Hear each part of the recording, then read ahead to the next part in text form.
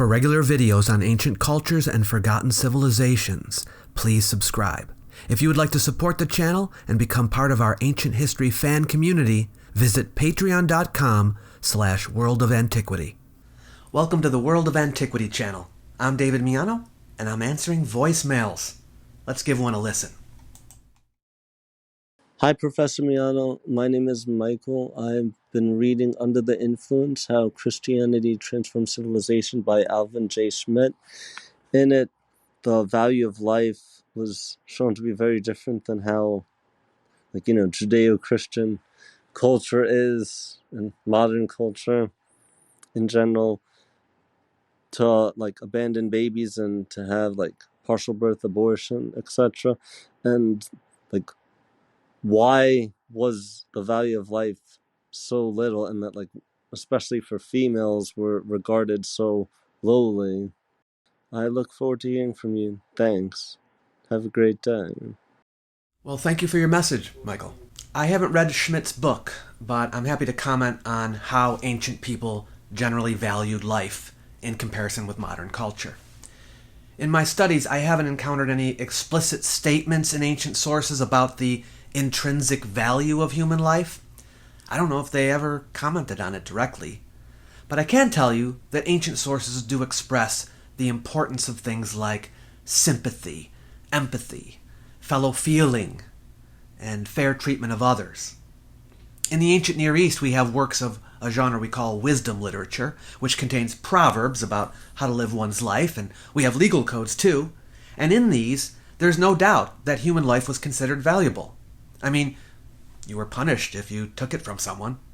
And there is emphasis in many texts on taking care of the less fortunate, like orphans and widows.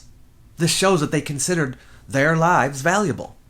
We have in Hammurabi's laws, as we also have in the Bible, the principle of an eye for an eye, a tooth for a tooth, and a life for a life. If you take a life, you forfeit a life. That being said, Hammurabi's laws are class-based. That is, the property of a person of lower social status does not have the same value as the property of a person of higher status, and that includes life. In other words, a noble's life is considered more valuable than a peasant's life. So there was no equality in those days, in any society. Poor people were not as valuable as rich. Women were not as valuable as men. Foreigners were not as valuable as citizens, etc. That really didn't change much until fairly recent times, even in Christian countries.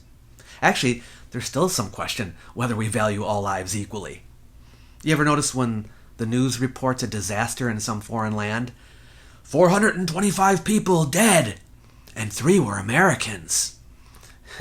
American lives, it would seem, are more valuable to us. The ancient Israelite laws, as you may know, contain the principle, love your fellow as yourself, which shows that another person was believed to have the same value as you. The golden rule, as we call it, about doing unto others, appears in various forms in several cultures. Confucius had a version of it, for example. An important principle in Confucianism is ren, which is benevolence, the proper treatment of others. Another Chinese philosopher, Mozi, upheld the principle of jian'ai, impartial concern, which is that people ought to be concerned for the welfare of others without making distinctions between self and others, associates, and strangers. In ancient India, although the idea of human rights or human value was not explicitly stated, there was there, too, teachings we could call humanitarian. The Buddhist doctrine of ahimsa, nonviolence, is a fundamental principle of behavior. There's a statement in the Bhagavad Gita that he who has no ill will to any being, who is friendly and compassionate, who is free from egoism and self-sense, and who is even-minded in pain and pleasure, and patient, is someone dear to God. But I expect that Schmidt's book mostly deals with classical civilization, Greece and Rome. As in other places, people of the Mediterranean world in those days saw inequality as normal. It was just assumed that there was a hierarchical order, and the lives of those in the upper echelon were believed to be more valuable than the lives of those further down. It also was commonly assumed, particularly among the intellectuals, that human value was acquired through one's actions. The more virtuous a person was, the more their lives were worth. In the sources, there isn't much talk about the concept of inherent human value. Enslaved people, for example, had no rights. It was believed by many that they deserved to be in that position. But the potential was there, theoretically, for that person to get out of that situation and to obtain a better place in society. If that happened, their life would be considered more valuable than it was before. Your worth was dictated largely by what societal group you were a part of, your family, kinship group, or country. And if you were not part of any family, say you were a foundling, an orphan, your life was not protected. A newborn baby, for example, had no worth until it was accepted into a family. In Rome, legally, a father could choose not to accept a baby as his own, and it had no rights. If it was sickly or disabled, he could choose to dispose of it. So you could make the case that they definitely did not see any inherent value in human life. But I think that practice is over-magnified in the discussion sometimes. Legally, a baby may not have had an intrinsic right to life until accepted into a family, but there's no evidence that newborn disposal was done often. It seems that most fathers happily accepted their children into their families and valued their lives from the get-go. There has been some debate among scholars about whether there ever was a philosophical basis for the concept of human worth or dignity. Roman Stoicism, a philosophy that developed in the Hellenistic period, was known for its humanitarianism, which affirmed the fraternity of all people, and that everyone, no matter free or enslaved, civilized or barbarian, should be treated justly and kindly. The famous Stoic Roman emperor, Marcus Aurelius, in his book Meditations, writes, "Injustice is a kind of blasphemy. Nature designed rational beings for each other's sake, to help, not harm one another, as they deserve." Note how he says they deserve to be helped, suggesting some inherent worth. He also writes an aphorism calling the golden rule to mind. To do harm is to do yourself harm. To do an injustice is to do yourself an injustice. It degrades you. And you can also commit injustice by doing nothing. Stoicism's influence led to the ameliorating of the treatment of slaves in the empire. But some have pointed out that Stoicism's emphasis on accepting with indifference what life brings one's way, to put up with suffering, prevented it from doing much to protect the weak in society. But Stoicism promoted the helping of others, so I think that is a misreading of their belief system. In the classical political systems, just as we have today, there were factions that supported the status quo, the traditionalists who were interested in keeping power in the hands of the few, and there were the ancient progressives who wanted to enfranchise more members of society.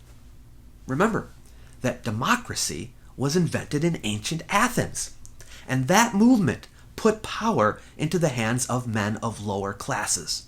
The whole structure of their society was altered so that all men were to be considered equal.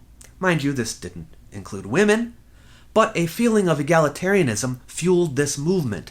And what that means for human worth is that in this society, all male citizens, whose lives were once believed not to be worth the same, legally were now considered to be the same.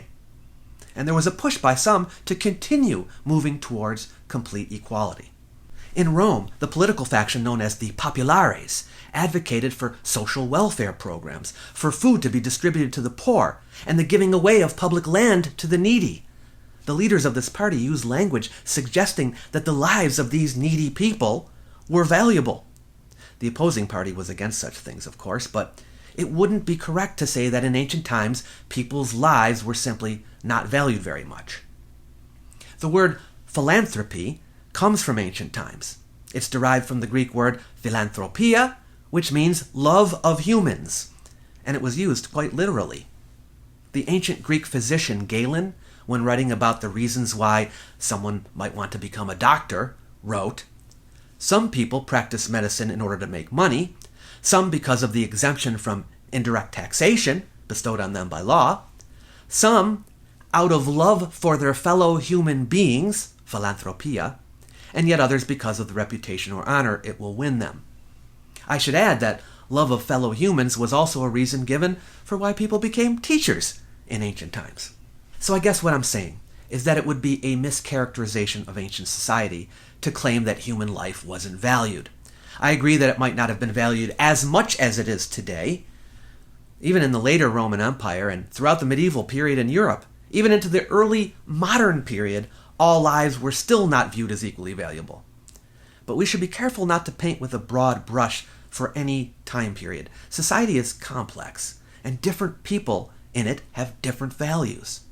I would be wary of anyone who makes judgments about whole societies. They usually lack the nuance necessary to make an informed assessment. I hope that answers your question. Thank you very much for sending it. If anyone else would like to leave me a question on my voicemail, you can do so at speakpipe.com/David Miano. I can't guarantee that I'll answer every voicemail I receive. It depends on how many I get and what you ask me about. If it's a question about prehistoric times or about medieval times, I'm less likely to answer it. Ancient history questions are best, and how interesting I think the general audience will find it is important too. Thanks for watching, and we'll see you next time. You might like my little e-booklet, Why Ancient History Matters. It's designed to persuade people that the subject is important, even in the modern world. You might also wish to use it to help spread the word. So feel free to share it with someone you know. It's free for anyone who wants it. I've left a link in the description box below the video for you to grab a copy. Catch you later.